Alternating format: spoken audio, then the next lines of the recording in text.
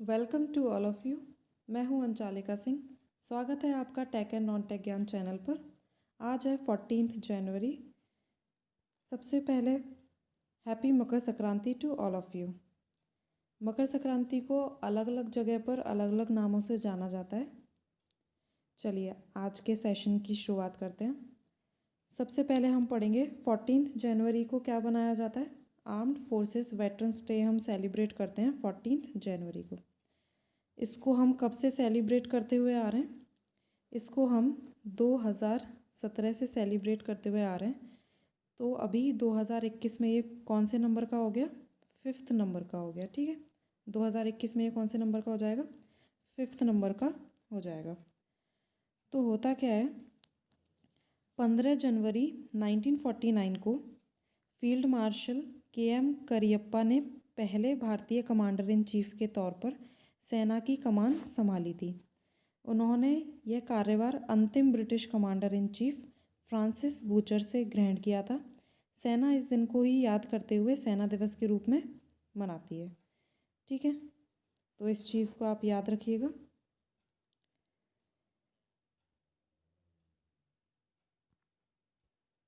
इसके बाद नेक्स्ट देखते हैं हम लोग। RBI ने अभी हाल ही में क्या किया है, एक 6 मेंबर का ग्रुप फॉर्म किया है। किस लिए? To regulate digital landing. जो फ्रॉड्स वगैरह होते हैं उनको कंट्रोल करने के लिए, उनको रेगुलेट करने के लिए।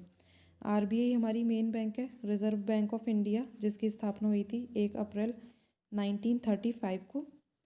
इसमें जो 6 मेंबर लिए गए हैं उनके नाम हैं जयंत कुमार दास, अजय कुमार चौधरी, P वासुदेवन, मनोरंजन मिश्रा, विक्रम मेहता एंड राहुल ससी। ठीक है, तो ये जो ग्रुप है ये कितने मेंबर्स का बनाया गया है? इसमें टोटल 6 मेंबर्स है। ठीक है, next social activist and Padmashri awardee D Prakash Rao passes away. तो इनका नाम याद रखिएगा। नाम के अलावा ये क्या थे, इनकी ऑक्यूपेशन क्या थी? ये सोशल एक्टिविस्ट थे।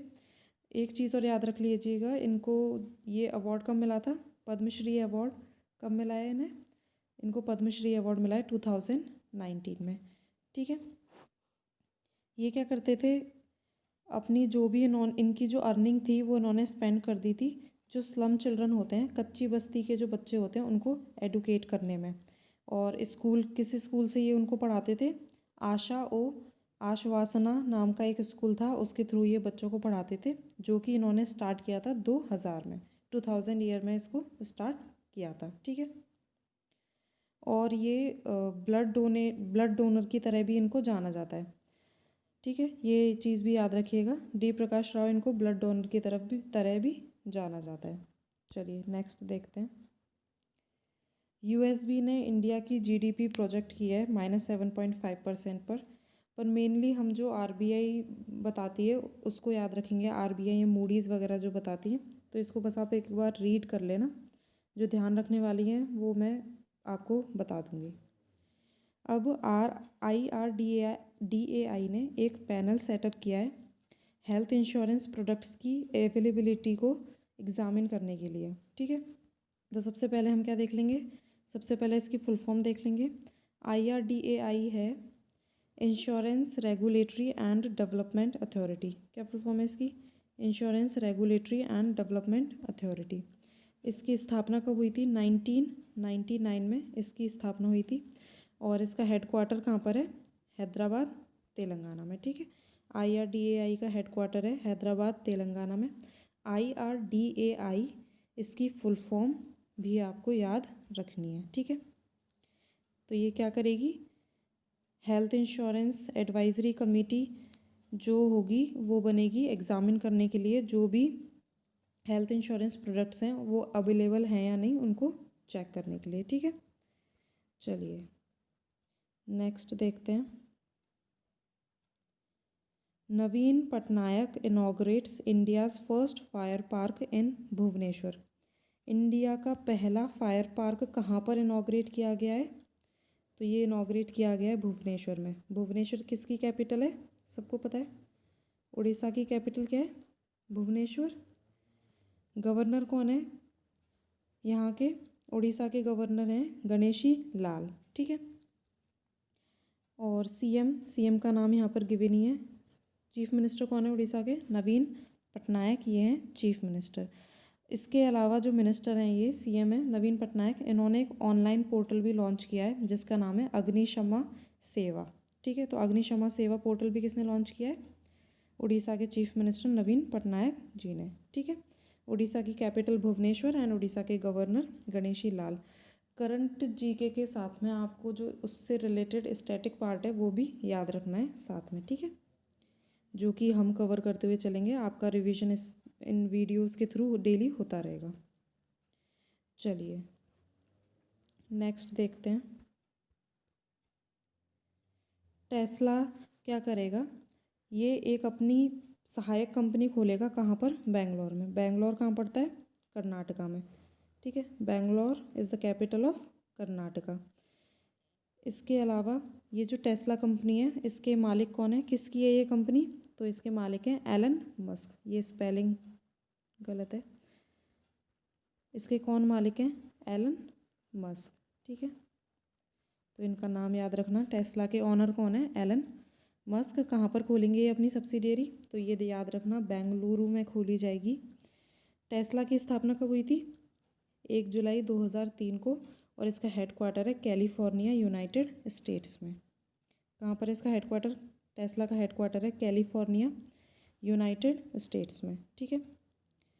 और ये जो नाम है स्टेट का वो भी आप याद रखिएगा। कहाँ पर खोली जाएगी ये? बेंगलुरु में। Bengaluru is the capital of Karnataka, ठीक है। नेक्स्ट, अब किर्गिस्तान में अभी हाल ही में क्या हुए थे? प्रेसिडेंशियल इलेक्शन हुए थे, जिसको किसने जीता है? वहाँ के प्रेसिडेंशियल इलेक्शंस को जीता है सैडिर जापारोव ने, ठीक है। इसके अलावा किर्गिस्तान की कैपिटल क्या है? Bishkek. Bishkek is the capital of Kyrgyzstan. And Kyrgyzstan की करेंसी होती है किर्गिस्तानी सोम। और यहाँ के नए प्रेसिडेंट कौन बने हैं? सैडिर जापारोव। और किसको रिप्लेस करेंगे ये? पुराने प्रेसिडेंट जो थे उनको रिप्लेस करेंगे, जिनका नाम था सूरोन बे जीनबेकोव। उनको ये रिप्लेस करेंगे, ठीक है। चलिए इनका आप नाम याद रखिएगा। ये बने हैं किर्गिस्तान के प्रेसिडेंट, ठीक है। जो जहाँ पर भी नए प्रेसिडेंशियल इलेक्शन के थ्रू जो भी नया पीएम बने या प्रेसिडेंट बने जिस भी कंट्री का, उसका नाम तो याद रखना ही है। उनके नाम के साथ में आपको उस कंट्री से रिलेटेड जो स्टैटिक जीके है ना वो भी देख लेनी है, क्योंकि जो करंट में जो कंट्री चल रही होती है, करंट में जो स्टेट चल रही होती है, उससे रिलेटेड ही आपको करंट अफेयर्स देखने को मिलेंगे अपने एग्ज़ाम में, ठीक है। अब ये देख लेते हैं, इंडिया की रैंक आई है 4th। ब्रेकआउट इकोनॉमीज़ करके एक वो था, उसमें इंडिया की रैंक आई है 4th। और इसमें किसने टॉप करा है? चाइना ने। चाइना की रैंक इसमें आई है 1st। ब्रेकआउट इकोनॉमीज़ में इंडिया की रैंक आई है 4th एंड चाइना की रैंक कितनी आई है? 1st, ठीक है। चलिए अभी क्या होगा, एक कायाकल्प अवार्ड जो है वो दिया गया है, और जिसको 3rd टाइम किसको मिला है ये कायाकल्प अवार्ड? एम्स भुवनेश्वर को मिला है। तो इससे एक क्वेश्चन तो आपको ये याद रखना है कि ये जो कायाकल्प अवार्ड होता है वो किस फील्ड में दिया जाता है? कायाकल्प अवार्ड सैनिटेशन के फील्ड में दिया जाता है, ठीक है। कौन कितनी साफ़ सफाई रखता है अपने एरिया के आसपास, उसको देखकर ये अवार्ड दिया जाता है, ठीक है। तो ये अवार्ड मिला है एम्स को। कौन सी टाइम मिला है? 3rd टाइम, ठीक है। पहले ये मिला था 2018 में भी एम्स को। एम्स भुवनेश्वर में जो एम्स है, ठीक है, ये याद रखना, भुवनेश्वर वाले जो एम्स है उसको मिला ये अवार्ड। 2018 में भी मिला था इसी को, और 2019 में भी इसी को मिला था।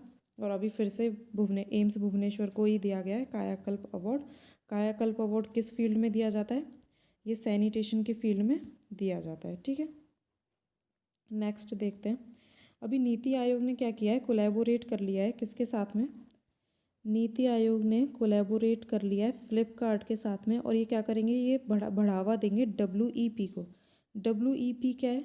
WEP है विमेन एंटरप्रेन्योरशिप प्लेटफॉर्म। इसको ये बढ़ावा देंगे, उसके लिए इन दोनों ने क्या किया है? टाई अप किया है। इसके अलावा नीति आयोग से रिलेटेड कुछ इम्पॉर्टेंट फैक्ट्स जान लेते हैं। नीति आयोग क्या है? एक थिंक टैंक है। नीति आयोग की स्थापना कब हुई थी? 1 जनवरी 2015 को इसकी स्थापना हुई थी। इसका हेडक्वार्टर कहाँ पर है? न्यू दिल्ली में इसका हेडक्वार्टर है। इसके चेयरपर्सन कौन है? नरेंद्र मोदी। मोदी जी इसके चेयरपर्सन है। एंड इसके अलावा फ्लिपकार्ट के साथ में टाई अप किया है, तो फ्लिपकार्ट से रिलेटेड भी कुछ चीज़ देख लेते हैं। फ्लिपकार्ट का हेडक्वार्टर कहाँ पर है? कर्नाटका, बेंगलोर। ठीक है, बेंगलोर कहाँ पड़ता है? कर्नाटका में। ठीक है, इसके अलावा फ्लिपकार्ट के सीईओ का नाम क्या है? कल्याण कृष्णमूर्ति सीईओ हैं फ्लिपकार्ट के। ठीक है, तो ये कुछ पॉइंट्स हैं जो आपको याद रखने हैं। ठीक है, नीति आयोग हो गया, फ्लिपकार्ट हो गया। ठीक है, चलिए आगे चलते हैं। चलिए, ये कौन है बताने की ज़रूरत है। अभी हाल ही में इनके ऊपर क्या चलाया जा रहा है? इम्पीचमेंट प्रोसेस चलाया जा रहा है। ये कौन से नंबर के राष्ट्रपति होंगे यूएसए के जिनके ऊपर ये प्रोसेस चलाया जा रहा है? तो ये 3rd नंबर के राष्ट्रपति होंगे जिनके ऊपर ये प्रोसेस चलाया जा रहा है। ठीक है, इसके अलावा ये पहले ऐसे प्रेसिडेंट होंगे जिनके एक ही कार्यकाल में 2 बार ये प्रोसेस चलाया जा रहा है। ठीक है, अभी जो नए प्रेसिडेंट चुने गए हैं वो कौन है? नए प्रेसिडेंट जो चुने गए हैं यूएसए के वो हैं जो बाइडन। ये हैं जो बाइडन। अब इनसे ये क्वेश्चन बन सकता है कि ये कौन से नंबर के प्रेसिडेंट हैं? ये यूएसए के 46 नंबर के प्रेसिडेंट हैं। अभी जो इलेक्शन हुए हैं यूएसए के, जो प्रेसिडेंशियल इलेक्शन हुए हैं, उनमें वाइस प्रेसिडेंट कौन बनी है? कमला हैरिस। वो जाना माना नाम है, तो उनके बारे में भी आपको याद रखना है। चलिए इनके बारे में डिस्कस कर लेते हैं। अमेरिका के जो राष्ट्रपति हैं डोनाल्ड ट्रंप, इन पर क्या किया गया? वेडनेसडे को इम्पीचमेंट जो प्रोसेस है वो शुरू हो गई। इसके साथ ही क्या हुआ? ट्रंप जो है वो 245 साल के अमेरिकी गणतंत्र में पहले ऐसे अमेरिकी राष्ट्रपति बन गए जिन पर एक ही कार्यकाल में 2 बार इम्पीचमेंट की प्रोसेस चली। तो जो रिसर्चर्स हैं उनके मुताबिक ट्रंप पर महाभियोग की प्रक्रिया काफ़ी जटिल मानी जा रही है। इस प्रोसेस को काफ़ी कॉम्प्लेक्स माना जा रहा है। अब इसमें होता क्या है? यूएसए में क्या होती है? कांग्रेस। यूएसए की संसद का नाम क्या है? कांग्रेस। ये आपको पता होगा। इसमें इसको भी 2 पार्ट में डिवाइड कर रखा है।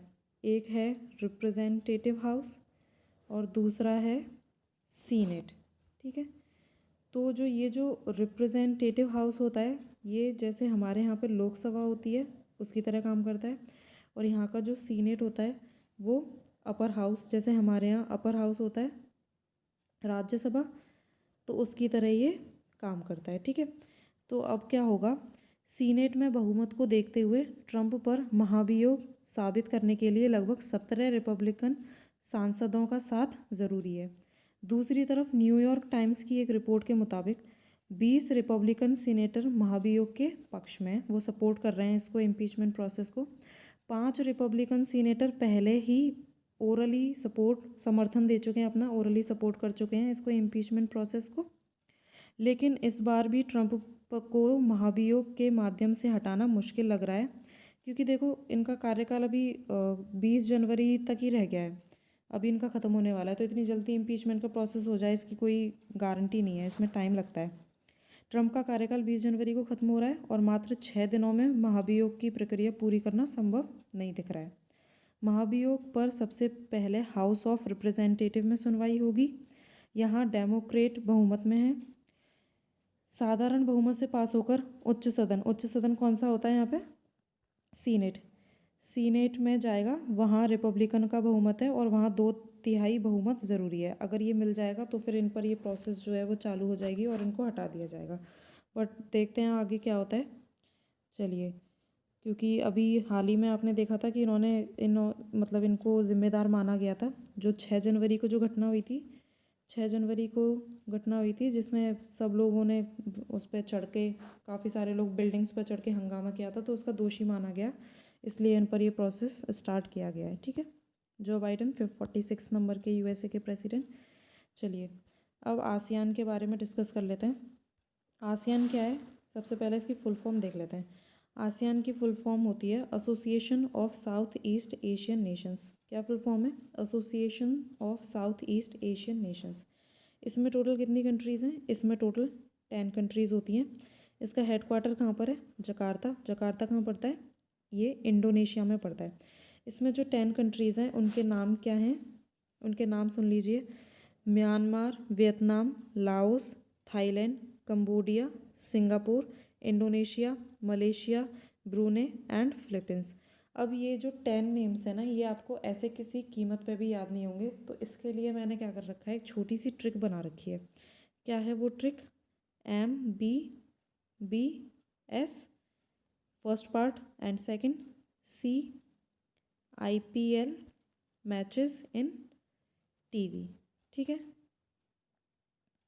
1 2 3 4 5 6 7 8 9 10, इनमें आप देखेंगे तो टोटल 10 आपको ये दिखेंगे अल्फ़ाबेट्स। तो M से म्यांमार, मलेशिया, सॉरी, M से मलेशिया, इस वाले B से, M से मलेशिया, इस वाले B से बुर्मा, इस वाले B से ब्रुनेई, इससे सिंगापुर, इससे कंबोडिया, इससे Indonesia, Philippines, Laos, Thailand, Vietnam, ठीक है। तो ये 10 नेम्स आपको याद रखने हैं। मैंने इसके ऊपर एक वीडियो बना रखी है जिसमें मैंने इसको थोड़ा और डिटेल में एक्सप्लेन कर रखा है। वो मैं इसके वीडियो लिंक में डलवा दूँगी या फिर आई बटन में डलवा दूँगी, तो आप वहाँ से भी इसको देख सकते हैं। उस वीडियो को ज़रूर देख लेना, उससे आपको और इन्फॉर्मेशन मिलेगी इसके रिगार्डिंग, ठीक है। फुल फॉर्म हमने इसकी देख ली, टोटल इसमें मेंबर्स हमने देख लिए, ठीक है, और हेडक्वार्टर हमने देख लिया। चलिए नेक्स्ट देखते हैं। इंडिया ने साइन किया है MOU। MOU क्या होता है? MOU is memorandum of understanding. किसके साथ में, कौन सी कंट्री के साथ में साइन किया है? UAE के साथ में। किस चीज़ के लिए साइन किया है? साइंटिफिक एंड टेक्निकल कोऑपरेशन के लिए साइन किया है। अब आपको ये इसमें जो मेन चीज़ याद रखनी है वो है, इंडिया ने साइंटिफिक एंड टेक्निकल कोऑपरेशन के लिए जो MOU साइन किया है वो किस कंट्री के साथ में किया है, ठीक है। तो किसके साथ में किया है? UAE के साथ में किया है, तो ये चीज़ आपको याद रखनी है, ठीक है। इसके अलावा बुर्ज खलीफा, सबको पता है बुर्ज खलीफा कहाँ पर है? UAE में पड़ता है, ठीक है। बिल्डिंग है जिस पर इंडिया का फ्लैग भी दर्शाया गया था एक बार। UAE की कैपिटल अबू धाबी, इसका सबसे बड़ा जो सिटी है वो है दुबई, ठीक है। और अभी यहाँ पर IPL मैचेस हुए थे, जो कि किसने कंडक्ट करवाए थे IPL मैचेस? Dream11 ने कंडक्ट करवाए थे। बरखा न्यूक्लियर प्लांट कहाँ पर है? यहीं पर है। ऑर्डर ऑफ जायद किसको मिला था? मोदी को मिला था। और ऑर्डर ऑफ जायद सेकंड जो कि UAE के द्वारा दिया गया था वो किसको मिला था? हरदीप सिंह पुरी को, ठीक है। चलिए आगे देखते हैं। कायाकल्प अवार्ड, ये हम डिस्कस कर चुके हैं। कायाकल्प अवार्ड किस फील्ड में दिया जाता है? ये सैनिटेशन की फील्ड में दिया जाता है, ठीक है, इसको याद रखना। इसके अलावा फिल्म की अगर बात करें तो फिल्म्स के लिए अवार्ड दिए जाते हैं ऑस्कर। और इंडिया में अवार्ड जो दिया जाता है, दादा साहेब फाल्के अवार्ड दिया जाता है।